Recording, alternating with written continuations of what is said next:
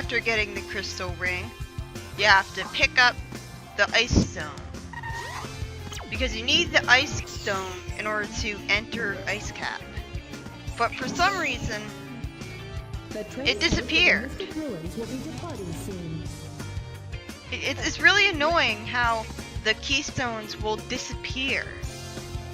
If you put them down for too long, they just vanish, and then you have to go all the way back to where they were before and pick them up again.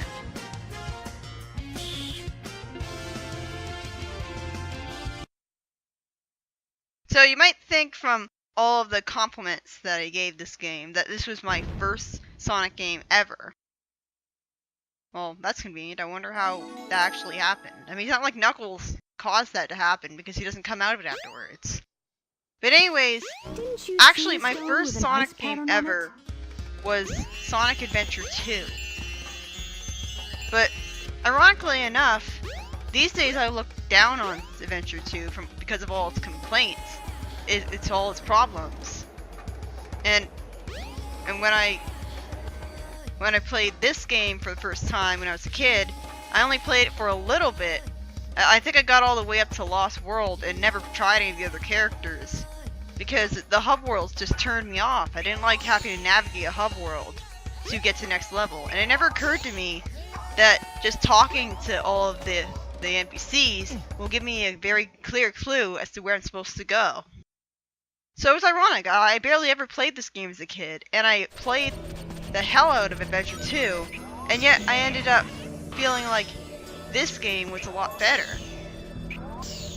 You'd think that I would be so blinded by nostalgia that I'd think of Adventure 2 as the best game ever, but I ended up loving this game, and not liking Adventure 2 all that much. And that right there was one of the best speedrunning glitches ever. I just skipped practically... Hell, I skipped all of Act 1. You can actually... I landed in the wrong place. You can actually skip quite a bit of this level by spin dash jumping right from the start. But in the end, I'm glad that I sort of screwed it up because I was able to show you the most tedious part of the entire level. Why did they think that was a good idea? And if you didn't pull off the skip that I did, you would have been expected to do it again. It's very easy to fail at those things because it's not always easy to tell where Sonic is on the icicles that you're supposed to jump off from the camera angle that you have. And I don't understand why they thought that belonged in a Sonic game because it's so slow and tedious. Also, the music is really boring for both of the acts that come before this. But then you get this. Again, the levels in this game have a lot of cool action set pieces. I didn't mention the tornado level, the tornado part of Windy Valley. And now you've got this. Although, as dramatic as it is that you have this camera angle, I really would prefer to be able to see what's in front of me. You know, so that I could actually collect the rings instead of missing all of them. It's pretty cool though. Yeah, I love this. I love snowboarding around. It goes so fast, and I guess the controls are a little slippery because you move so far in one direction, left to right. But this has the perfect atmosphere. I love the fast-paced, epic music. I love how fast you're going and the fact that there's not a lot of things in the way blocking you. And I love that you don't have to be on the very edge of the ramp in order to do a trick off it, like in Adventure 2. So it's surprisingly lenient in that regard. Pressing B or X while on the snowboard makes you duck. I'm still not quite sure what this is good for. Holding back makes you brake, but why would you ever do that? No, seriously, why? I've never found a reason to brake in this game. But yeah, this is pretty fun. There's an alternate route to the left that leads you into a tiny, narrow ice tunnel. Unfortunately, I wasn't actually able to show it off in the LP, because it's kind of down to luck whether you manage to actually get into it or not. And I barely ever missed that.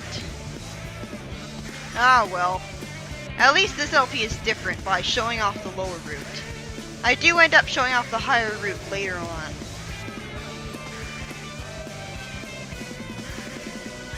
Also, this is Ice Cap. And remember Sonic 3 and Knuckles when you had Ice Cap in it?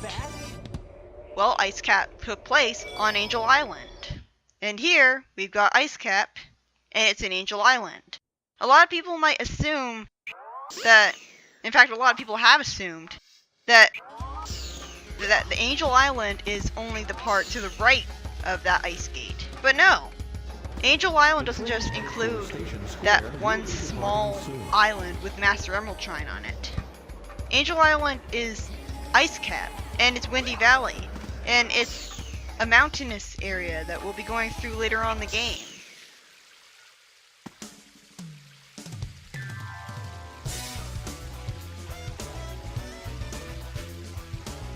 What's up, Knuckles?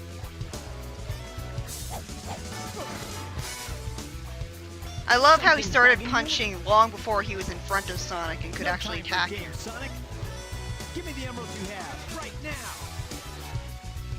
He says emerald, even though he's just looking for one emerald. Is that a mistranslation? Or an intentional result of the whole... No. It's from Sonic's perspective. Oh no. Give it. Oh no. Oh no. That's not even worthy being called a boss battle. That's just there for the sake of telling the story through the gameplay. Emeralds. This game does that a lot, actually, just like in Sonic 3 Knuckles. Eggman. Oh, ha, like taking candy from a baby.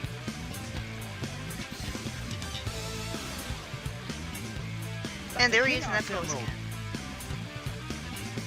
That's right. How did you not know that? You made it all too easy. You practically gave them to me. Hold it right there, creep. You can't get away with this. Why aren't you running towards him? Don't tell me Eggman tricked you again. Me?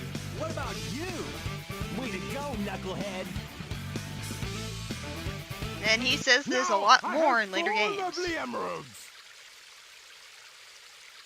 Chaos. Ding ding ding ding ding ding. Imagine him ringing a little bell for a cat to come on. Okay, the brain in him looks pretty solid. It kind of makes me wonder, when the policemen were shooting bullets at him, why did that damage his brain? Because the brain looks pretty solid. Is the liquid he's made out of that thick? Man, no one ever cuts us any slack.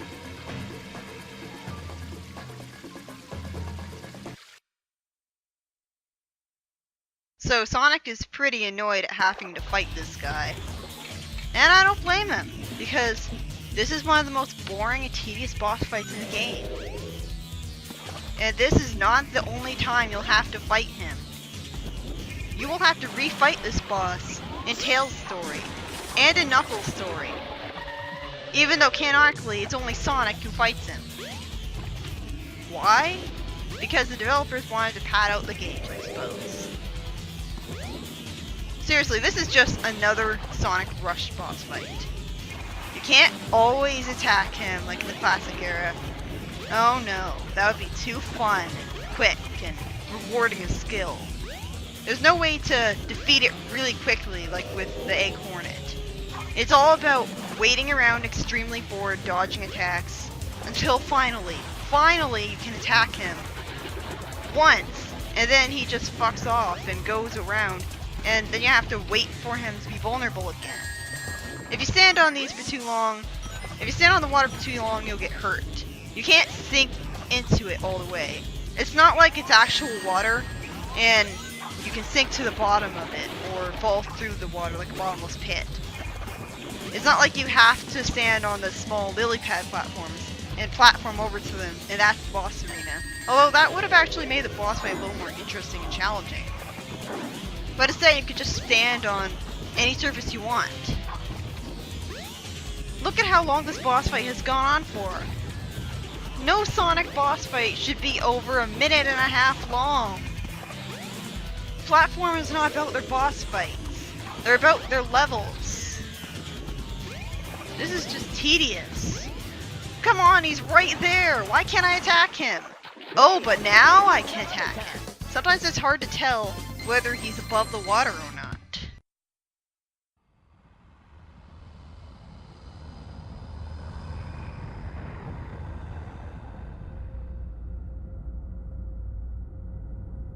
Another CG cutscene. It looks much better now than it's going to in the next few seconds. Like, it looks straight out of Sonic Unleashed here.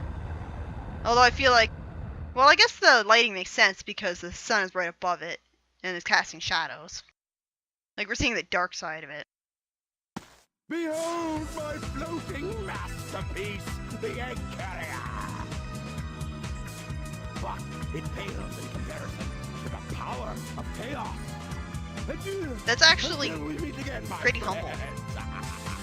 Because most of the, like, you wouldn't expect Eggman to say, like, chaos is more powerful than an invention that I made with my own bare hands. Like, that's actually pretty novel for him. Hey, we can't let him get away! Let's get to my workshop and we'll take the tornado! Yeah! You guys go. Rather than actually making it up to you for trying to beat you up, Take care of. I'm going to go fuck off and do my own thing. Take care of everything here. And Sonic has no problem with this whatsoever. It's almost as if he wanted to get rid of him. Which he probably did because his own friend betrayed him. Seriously, that is the most ill-timed Knuckles fight ever. If it weren't for Knuckles fighting Sonic there, then we would have still had those two emeralds. What are you waiting Why for? can't you just attack him? There's so many NPCs in this game that will react to you attacking them. But they're too lazy to program him to give you his hurt animation when you attack him? Really? They didn't foresee that? Sonic, wait here for a second. It's so lazy that they don't actually bother having a Sonic and Tails house. Like, if you actually go inside Tails' workshop, it's really empty and lackluster. It doesn't even have a desk to it. Why isn't Sonic's house right here and next to the workshop? Wouldn't that be a lot more convenient?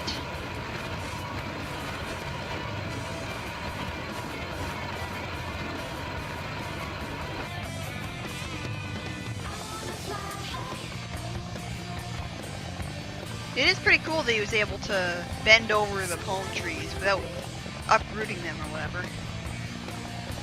Sonic, hop in!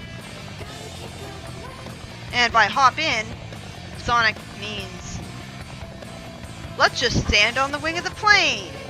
Well, actually, he's standing behind Tails, but seriously, why does he think that's a good idea? I didn't complain about that enough in Sonic 2, but why does he think it's a good idea to stand on the wing of the plane when it's flying? How does he not fly off? And here we come to the most boring part of the whole entire game. I mean, you do have to do some things. You can't just let go of the controller because the tornado has a health meter. So you'll run out of health if you just walk away.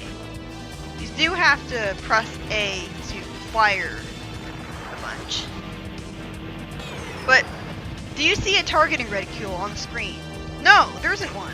You cannot target at all. You just have to fire wildly and hope that it hits. Why couldn't there be a targeting system that's actually good and quick? This is the tornado sections are some of the worst parts of the game because they drag on far too long. There's no checkpoints at all. So if you die at any point in the tornado section, you're forced to do the entire thing over again. They go on for far too long. They're not very fun and engaging. I always dread these sections. You have to go through them again in Tails' story. And, well, I guess it makes sense thematically that you have to play through this in Sonic's story, even though Tails is the one actually flying the plane. Because, again, it's telling the story through the gameplay. Like, it's illustrating what's happening in the story through the gameplay and not just through cutscenes. It would be confusing and take you out of the immersion of the story if it just cut past this section as Sonic. Because then you wouldn't actually get to see what was happening in between what comes after this, what comes before this.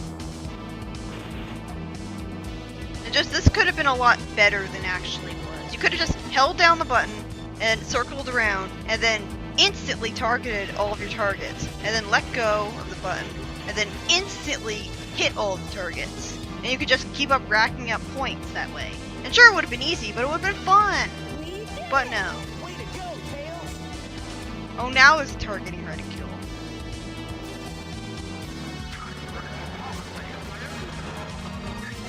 Why did Eggman wait for so long to do this?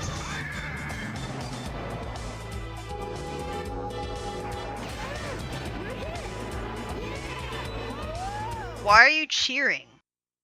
When Sonic is standing on the tornado, he has his original shoes on instead of the Lightspeed shoes. And if you have the Crystal Ring at this point, which you should, he won't have that either. Also, the Dreamcast version uses the Sonic R model for the Sky Chase level. Act 1 anyways.